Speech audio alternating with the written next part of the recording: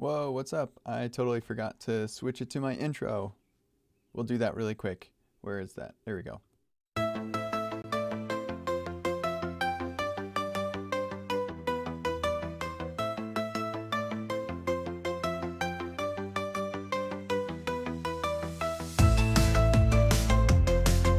Okay, there we go. You got the intro.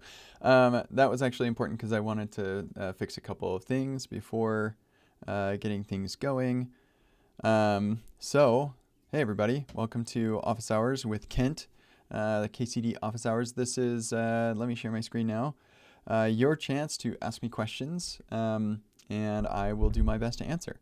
Yeah, that's basically what we're here for. So where the questions get asked is in a Zoom call that you can join here on kentcdodds.com/officehours. There's a link there.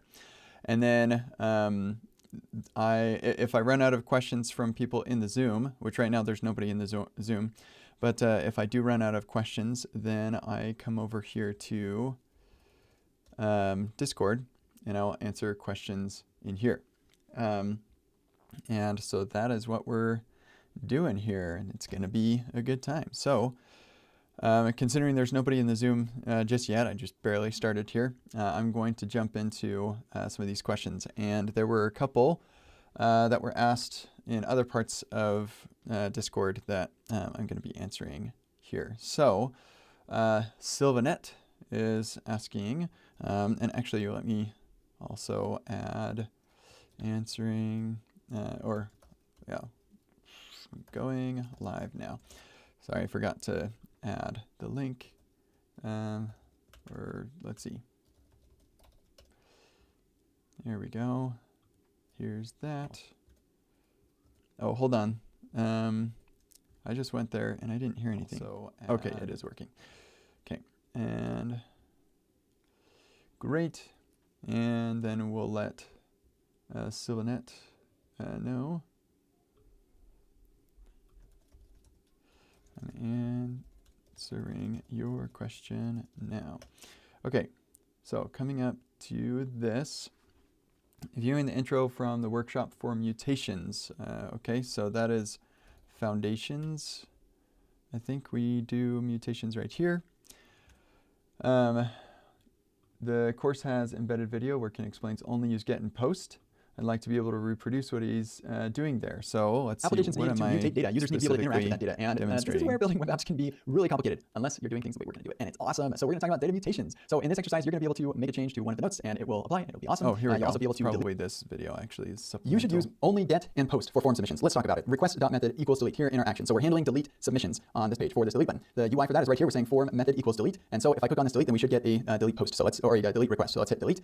And we're not getting anything deleted. What's going on here? Let's look at the, right here, that method. That is a post. Why is that a post? That's weird. Let's look at the elements right here. And if we take a look at our form, that method is post. Why is that? Like, I think Remix is doing something wrong with our form thing here. We're saying the method is delete, but Remix is making a post. Actually, what's happening is I have the scripts blocked on this page. Now, our users don't typically block scripts. If they do, they should expect things to not work on the web. So let's turn that off, and let's just make sure that our framework is capable of handling a very simple HTTP method set right here. And if it doesn't, then it should be giving us a warning of some kind, right? So now that method is still post, I do have JavaScript on the page now. If I hit delete, boom, skiing adventure is deleted. So that's exactly what should happen. If I look over at my network, we'll be able to find that delete happening right there. So Remix is totally capable of deleting things. Like that's totally a thing that Remix can do. That's not a problem for Remix. What is a problem is the fact that the browser cannot do anything other than a get or a post from a form. And so while our framework is totally capable of doing other HTTP methods, and that's not a problem, the browser is not until our framework shows up on the page. I just want to make sure that I know. This is a big problem for me because what if, let's say I'm a user, I wanted to delete this note, and so I'm going to go like kind of simulate this. I'm going to pull this up over here. We're going to say throttles to a slowed 3G, and I'm deciding, hey, I want to go to this note and I want to delete it right away. So but we're on a mobile device. Luckily, we server render, and so we're going to get the UI as fast as possible. But I'm going to hit that delete button, and nothing is going to happen. Not the right thing, at least. We're getting that post request right there. That's a post request because the browser is the one that's making that request. My framework hasn't showed up on the page yet, and so that's why this interaction isn't going to work at all. And what ends up happening is we get that post request, which will result in re-rendering the HTML document for me with the note that I tried to delete in the first place. So I'm going to delete again, and that's going to do another post request. And every time I'm going to be a really angry user on a slow network connection hitting delete over and over again, and it doesn't work. And that is not the fault of the framework. That's okay, just I'm not sure I understand the question here. If we go to the Foundations workshop, and we run this locally, let's get rid of that. So the question is, how do I reproduce this? So first of all, I'll mention that this video was recorded separately. It's just some additional video. Like this is the primary video, is the intro. And this is just like, hey, by the way, you should only use get and post, and here's a video. That's one of the tips on Epic Web Dev. And so the example itself here is not something that we are at this stage in the workshop anyway. But if you're looking simply for like a place in this workshop where you can simulate this same sort of thing, then here, let's set to playground here. And now we're on 4.1 forms. We aren't going to have a form here because that's kind of your job, is to add the form. But here, let me open up the file that we're going to be working on in this exercise. This is under playground here. I really should go through and update all the material to not use data function args. I still disagree with the team. I think data function args was fine, but it's whatever. Anyway, so like in this step, you're creating your own form. So if you want to simulate this, like you're probably going to want to get to the actions step here. And at this point, you should have a form right here. And there's the method post right there. Here, let's start the app. We'll open up that app once it's started right here.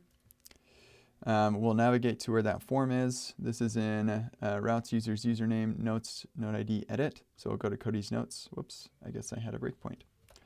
There we go. We'll go to edit. And then it's the submit is what this submit is all about. The delete button, actually I should mention, maybe this is what you were trying. The delete button actually doesn't work yet because we don't have a form surrounding that delete button. So if we want to just really reproduce exactly the same thing, then we're going to need to go all the way over to the button forms. And in fact, let's just go to the solution. So you'll select the button form solution. That will get us onto the solution for the intent or for the button forms step. In fact, let's just do the intent. We'll go all the way to the end.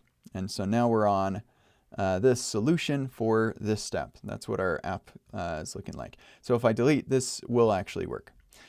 So if you want to reproduce this, then you're going to come over here to our note ID. Right here, this is where we've got the action with where we're looking for the intent and delete and stuff. But if you want to change this to a method delete, then this actually will still, or I think it should still work. It might not because you can't, I'm pretty sure you can't do a post body with delete, I think. Honestly, I don't use anything but get and post anymore, so I've forgotten. But yeah, let's select this one. I'll refresh to make sure we've got the latest stuff. Hit delete, and it does in fact work. If we look, it's going to have a method delete. We can look at, it does have form data. So yeah, I guess deletes can have form data. Forgot about that. Yeah, so that is working. But if we were to disable JavaScript, I think it actually, block scripts, here we go. I think it actually will still work because we'll handle the post request fine. The action is going to handle all non-get requests, and we're not checking for the method right here anyway.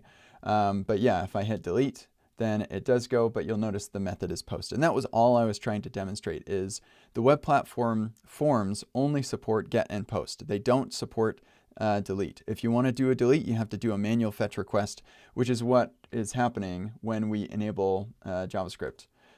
With JavaScript, Remix is going to take this form submission and it's going to use whatever method you specified here.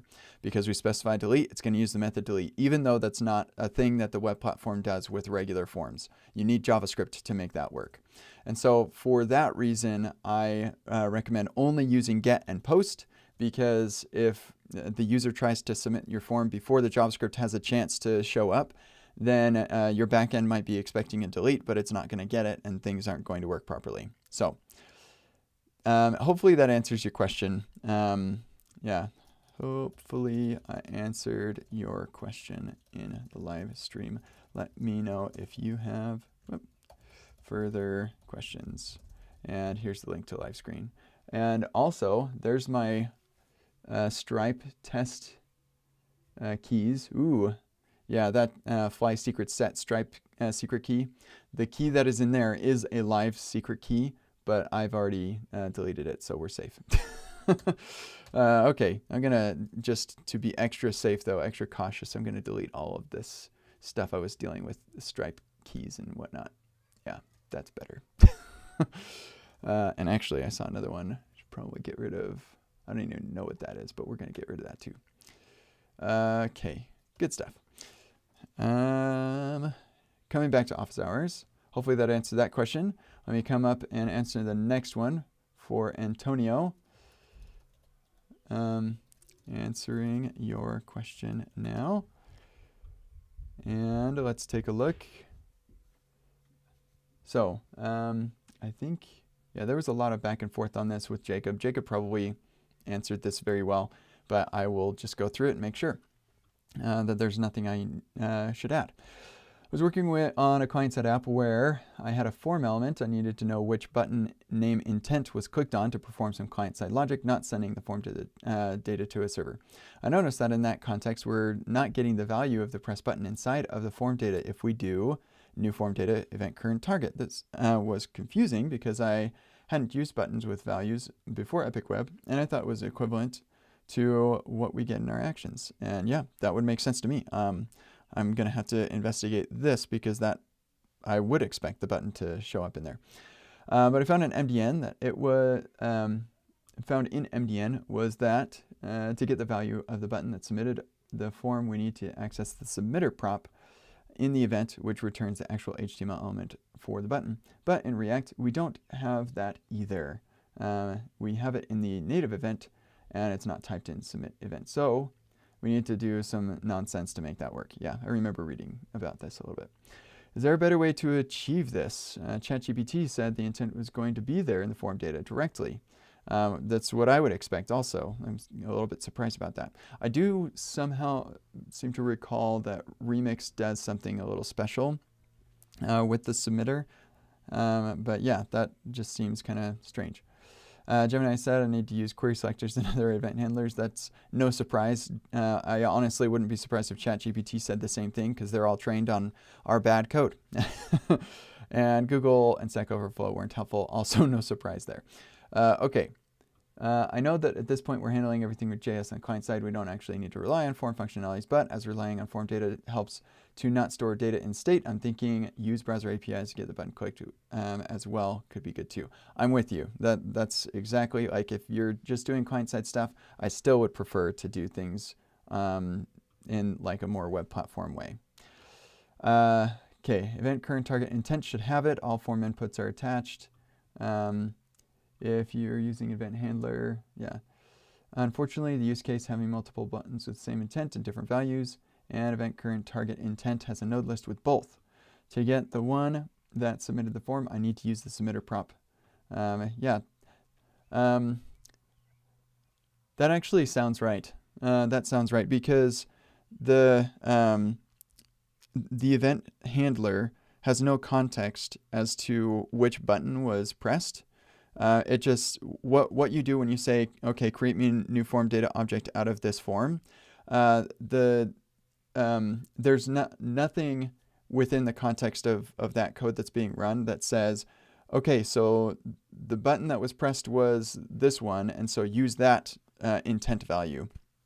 It's just saying, given this form, like in its stateless, in the stateless world, what is the that value like? Sorry, I just realized I wasn't sharing my screen in the Zoom. Even though nobody's in there, it's, yeah, I should probably be sharing it just in case somebody shows up.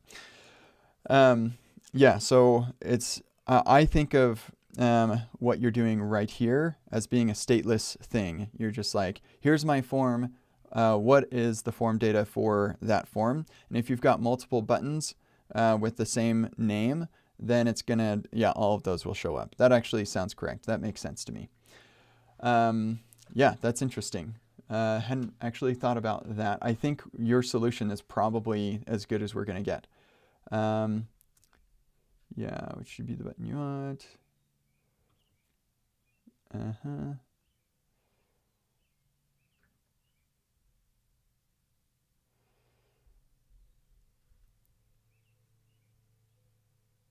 Whoa, there's a second argument to form data? I did not know this.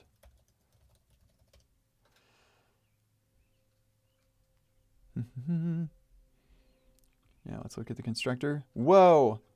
Today I learned. There it is right there.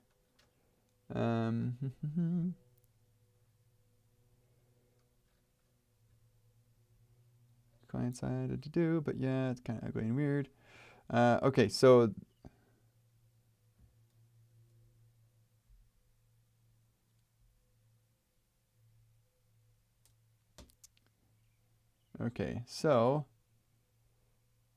get form submitter. It does all the nonsense stuff and makes it a lot easier to get that form submitted.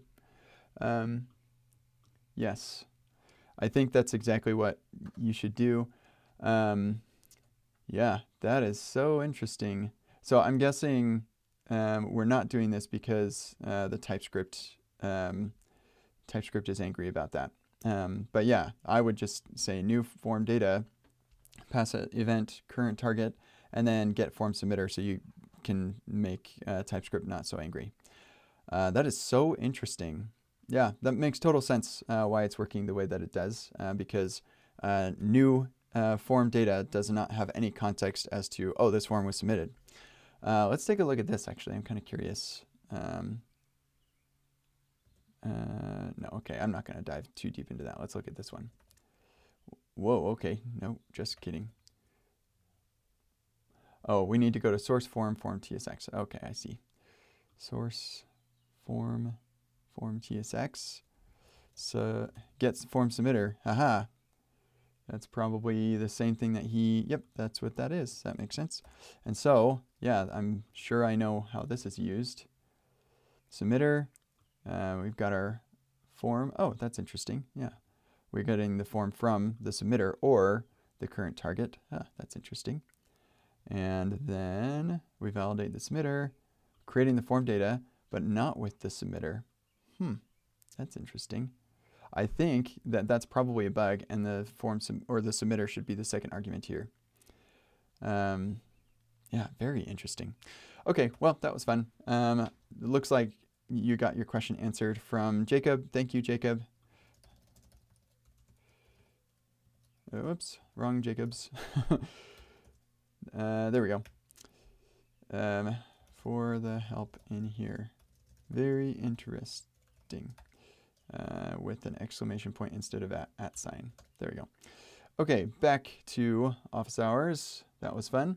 Mine, I'm not sure I'm saying that quite right, but let me say I'm going to try and answer your question now. Answering this now on the live stream. Okay, let's see what we can do. I remember having a conversation on X, but I forgot the context, so hopefully this is enough for me to know about. I remember it was something about a race condition. Okay, let me see if I can find it, because I could do a quick search from Kent C. Dodds race condition. Yep, classic race condition. This is where it is. Okay, so when I click too quickly on a second option filter, it is the first option triggered instead of the second. So, yep. Yeah, okay. So let me double check on this. Yep, that's what I'm here for. Jacob, you're so great. Thank you. Okay, so let's take a look at, we've got our shop. We've got our brands, unique brands. Man, just like taken aback for a second because clearly you're not using prettier, and that just feels very strange. But yeah, okay, so we've got our filters and all of that. That's interesting. Okay. And then we've got a reducer.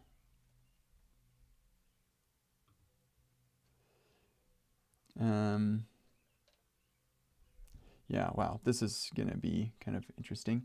Okay, so the filter reducer determines which filter is currently active.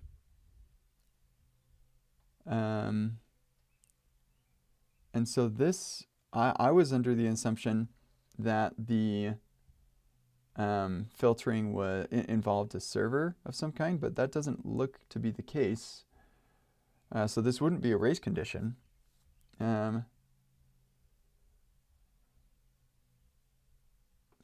Yeah, that's filter products. Yeah, we're literally doing this on the client. This definitely is not a race condition.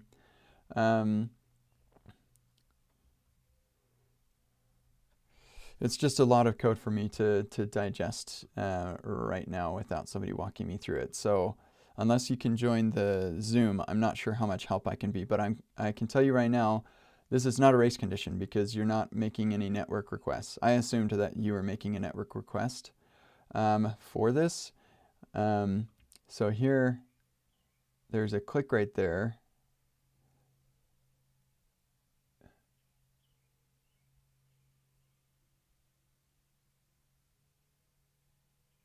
I'm a little bit confused as to what is happening and what's supposed to happen. Where's the bug in this? It's not very clear to me. So is this wrong right now or is it right now? And is it wrong now or is you like toggled it and then it never switches? I'm not sure. It's hard for me to follow since I don't know the products and things. But my guess is you've got some logic issues. This is not a race condition, just some logic problem. So I'm not going to be able to run it locally myself. My office hours aren't long enough for that. Oh, you are here. Are you in the Zoom call? Check out the Zoom. If you go here, you'll find a link to the Zoom that you can join in.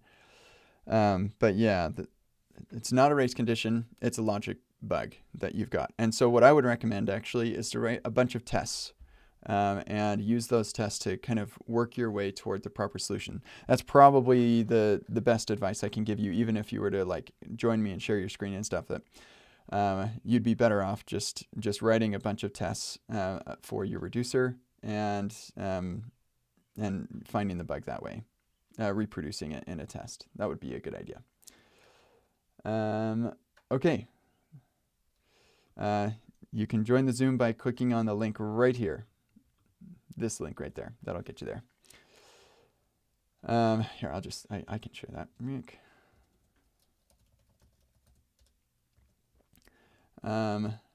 Okay, while you're joining, I will answer this question. Answering this now.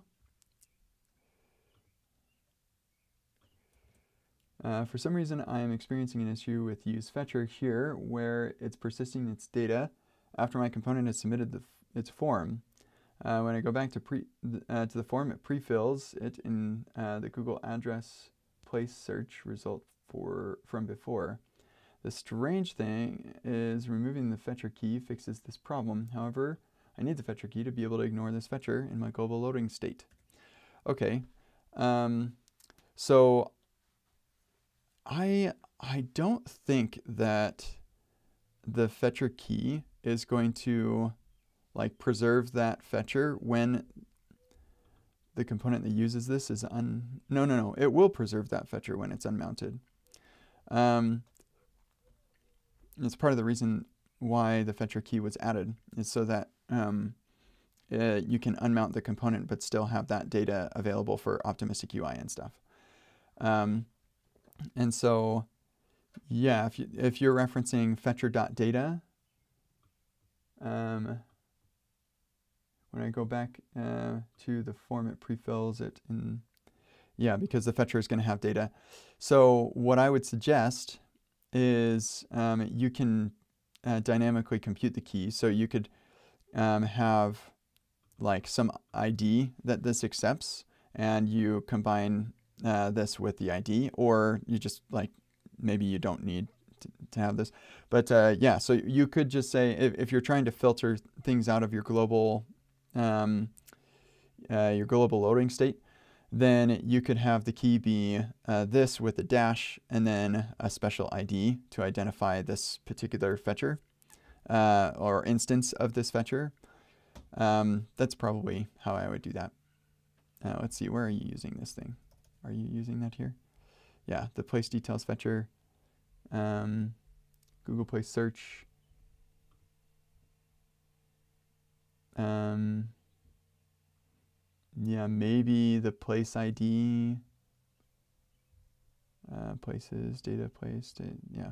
Okay, maybe, yeah, that's coming from the data. But yeah, so like pass an ID to the Google Places search or something, and then forward that along to this, which will be used to generate a unique key here. That's probably what I would do. Hopefully that helps.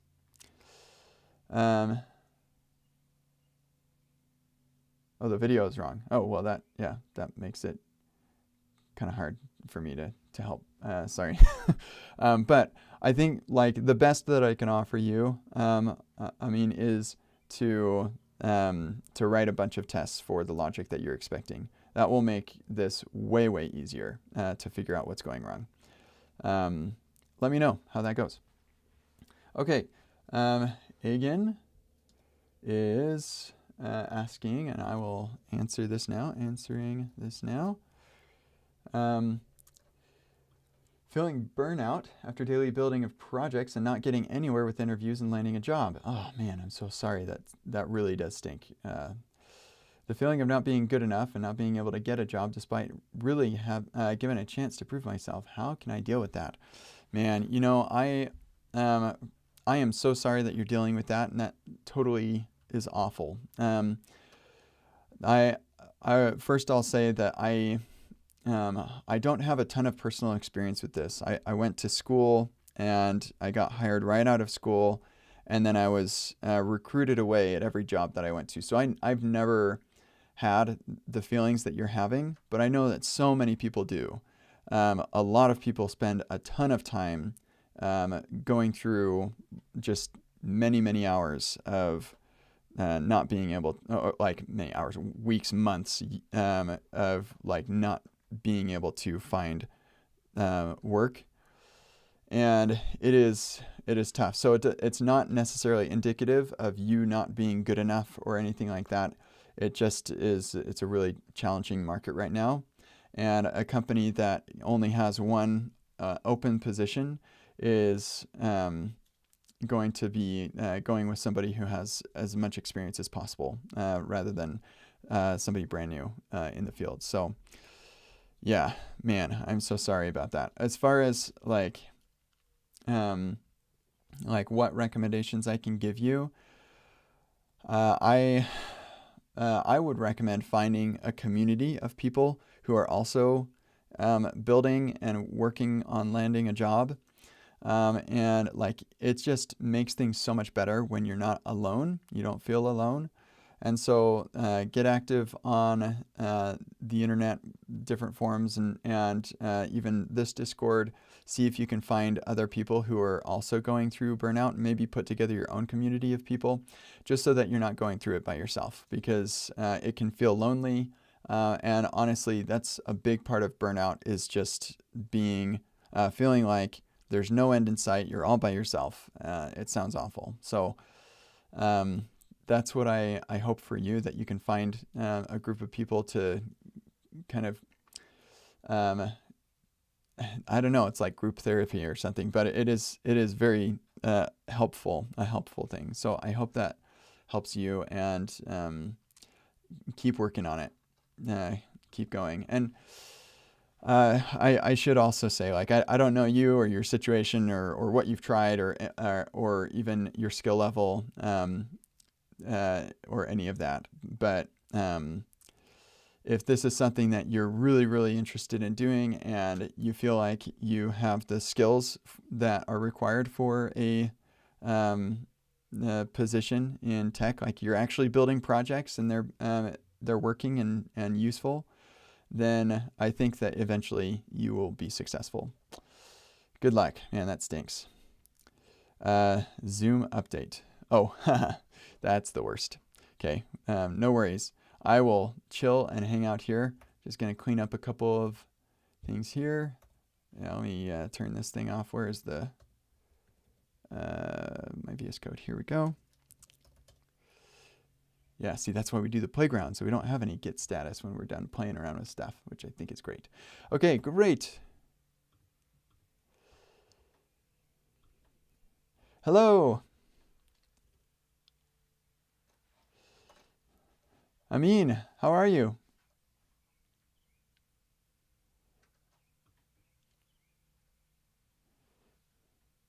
Can you hear me? It's showing that you're muted.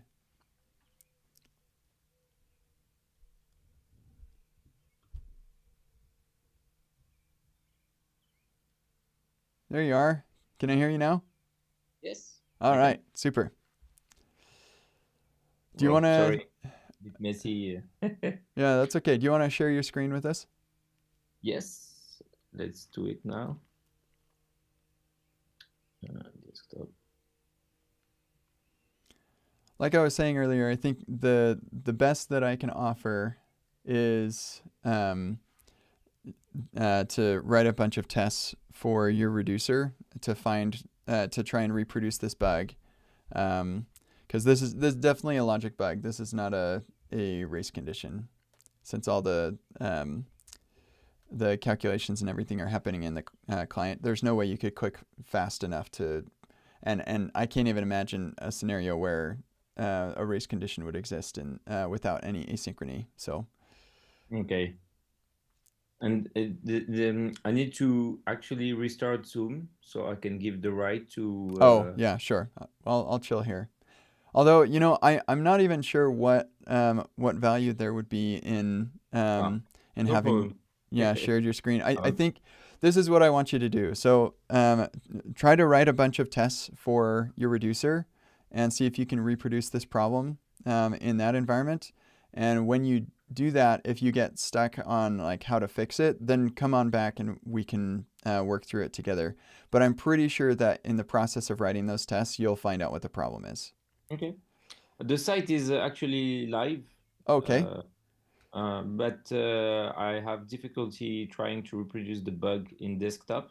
It may Mm. be too quick, That or is, maybe something different. yeah, that is very strange because from the code that you showed, like, okay, um, when I click one of those filters, it just goes through the reducer. You're not making a network request or anything, are you?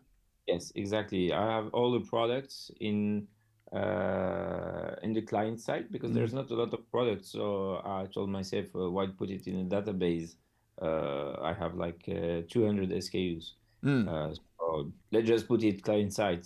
Mm-hmm. I'm And with you. I think that was the smart move for so few and products. Mm-hmm. then I created a reducer for the filter, and it's just a toggle category. Mm-hmm. So when I click on an option of a category, it will just filter or unfilter by it, and that's it. But in the mobile, when I click on, for example, Cosarix and then on Beauty of Joseon, very quickly, for me, Cosarix should toggle, and then Beauty of Joseon should toggle. Mm-hmm. But then what happens? It's Cosarix that toggle twice. Hmm. Yeah, that is very strange. One thing that might help in this case, or let me just verify my understanding. Are you, um, are I, are the products that you're showing being stored in the reducer state, or are they, or are you just storing what is filtered in the state? Let me check again. Yeah, I guess I can pull up the. Um, I've put the website okay, in yeah, the. cool. So I'm seeing you have a variable called filters that has all the different filter types. You have your brands. You have your products, which is just like hard-coded data. And Yes. then you have your filter state, which is then used. Um, see, that filter state gets passed into the mobile category filters. And then that, um, yeah. In the yeah in the reducer, what I put is the printed products state. So it's the products after they have been filtered. Got it. Uh, So one thing that I would recommend, well, so actually first let me ask, when you when you experience this bug, are the products that are showing, are they what you would want to show if things were working, or are they what should be showing based on what actually is being filtered? no, actually, it's working based on what is being shown, but let me check again. You never know. But W- from what I remember, that's what happens. Yeah. Well, so either way, I would actually move the printed products outside of your state. You don't need that in state because the only state is actually the filter. And the products that are displayed are derived from what the filter selections are. Does that make sense? Mhm. So it doesn't you don't if you store them both, now you have to worry about keeping them in sync. And but if you just store the filters, then you can have just a variable inside your component that says, here's the products that I should display is a function of the current filter state and the available products. I have an article that talks about derived state that I'll share with you. And Okay. by doing that, that might fix this. Without diving in a little bit deeper, I'm not positive, but So I should put the current filters in the state, not the printed products. yes. And I should keep use reducer, not use states. Um, Or Whether you use reducer or use state, I actually, uh, I don't know. Like I'm not sure how complicated your filtering is, and like there's benefits to using use reducer in that like you can put all the complicated logic in one place, and that makes it easier to test and things. I don't use reducer a whole lot. Like there's a little sliver of use cases between the simple use state and then getting into state machines. And that's where use reducer is, but it's a pretty small sliver. I mostly just use state. Um, but I'm not bothered either way. If you're happy with use reducer, you can stick with that. okay. The biggest thing will be moving things into um, uh, just having the stateful stuff be in the state and then everything else that's derived be moved out of that so you don't have to worry about state synchronization. And in doing that, you might fix the bug, but I'm not so positive about that. And so I would also add a bunch of tests to your reducer to see if you can reproduce it. It Of is kind of course. strange that you're only seeing this on the deployed version on mobile. That's kind of odd to me, Uh, but Actually, I tried it also on local server hmm, uh, and accessed it through Wi-Fi with hmm. the Vite host. Still have the same problem. Oh, okay, that's good. So you don't have to deploy it to production as you're testing and stuff. That's I can actually do it, yeah, with Vite hosts. okay. Yeah, very good. Discovered it 2 days ago. Yeah, good. So hopefully, you can figure out a way to reproduce it in a test scenario because that will make things easier. But even if you aren't having tests around that logic, it's not going to hurt anything. And so, yeah, let me know how things go, and we can talk more once you've tried a couple of those recommendations. Okay, thank you. Thank you. Thank Yeah, you very much. sure thing. Good luck. Thank you. Okay, and I think that is. Oh, we've got one more from Namin. Um, Not really related to Epic Web, but I wanted to ask, what is a good, and to be clear, you don't have to ask questions related to Epic Web. You could ask anything. I won't necessarily answer anything, but you could ask just about anything that you want, and I will do my best to answer genuine, honest questions. So, wanted to ask, what is a good roadmap resources in order to be good in JavaScript? Good question, because I did that mistake, like starting using React without being good in JavaScript. I guess many people make that mistake. Yeah, maybe. I saw a tweet from Arnhem. He was saying the same thing. I wonder how he be that good with JavaScript. Wanted to achieve that. Arnhem, would love to hear your experience and learn from that. Okay, yeah, great question. So eventually, Epic Web is going to have resources on learning JavaScript. Like my goal is that Epic Web will be the place that you can come as a person who thinks they might want to be a developer and they've never coded a day in their life, and get that person all the way to full stack engineer. And so yeah, that is my hope for the future. That's probably years into the future, but that's kind of my thought. So I don't really have many great resources for you. I do have one that I recommend a lot, and that is JavaScript to know for React. Yeah, here it is. And so this could be helpful. This will just kind of give you, here are some of the things that I use a lot as a React developer, like different syntaxes and things that you should learn about and get comfortable with. And so that would be something. Another thing I would just say is like build a lot of stuff. Even if it is with React, like that's fine. React is like relative to other frameworks, it's actually pretty lightweight and relies heavily on JavaScript idioms and things to work.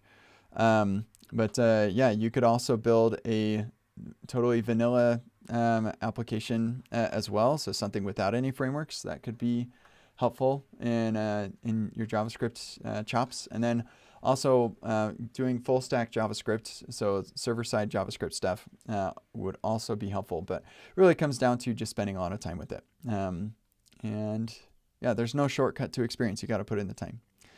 I just realized my face isn't on the screen anymore. There we go.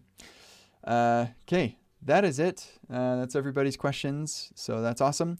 As a reminder, if you ever are curious or would like to ask a question that could be answered over audio, I have the Call Kent podcast, which is pretty fun and interesting. So you can record your call right in the browser, and I will respond to your question, and then my response or our conversation shows up as a podcast episode.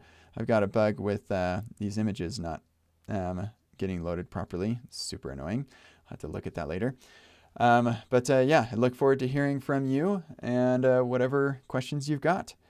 With that, I think we'll say ta-ta and hope you have a wonderful day. We'll see you. And actually, you know what? Let me share my screen one more time.